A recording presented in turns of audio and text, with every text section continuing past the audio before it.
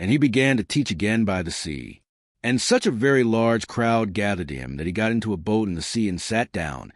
And the whole crowd was by the sea on a land point too. And he was teaching them many things in parables, and was saying to them in his teaching, Listen to this. Behold, the sower went out to sow, and it happened that as he was sowing, some seed fell beside the road, and the birds came and ate it up. And other seed fell on the rocky ground where it did not have much soil, and immediately it sprang up, because it had no depth of soil.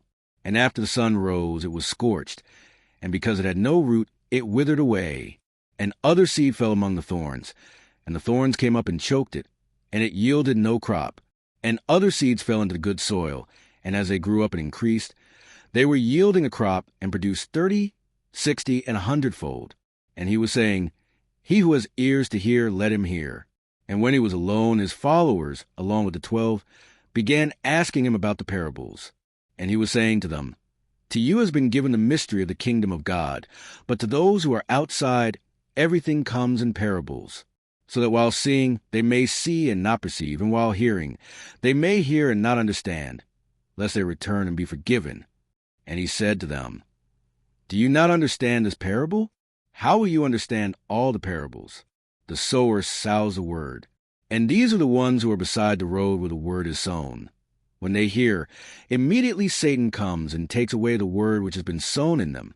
And in a similar way, these are the ones being sown on the rocky places, those who, when hearing the word, immediately receive it with joy, and they have no root in themselves, but are only temporary. Then when affliction or persecution arises because of the word, immediately they fall away. And others are those being sown among the thorns. These are the ones who have heard the word, but the worries of the world and the deceitfulness of riches and the desires for anything else enter in and choke the word, and it becomes unfruitful. And those are the ones which are sown on the good soil, they who hear the word and accept it, and are bearing fruit 30, 60, and 100-fold. And he was saying to them, Is a lamp brought to be put under a basket or under a bed? Is it not to be put on a lampstand? For nothing is hidden, except to be revealed, nor has anything been secret, but that it would come to light. If anyone has ears to hear, let him hear. And he was saying to them, Beware what you listen to. By your standard of measure, it will be measured to you, and more will be given to you. For whoever has, to him more shall be given, and whoever does not have, even what he has shall be taken away from him.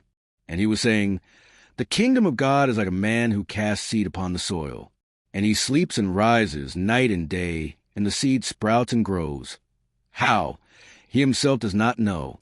The soil produces crops by itself, first the blade, then the head, then the mature grain in the head. But when the grain is ripe, he immediately puts in the sickle, because the harvest has come. And he was saying, How shall we compare the kingdom of God, or by what parable shall we present it?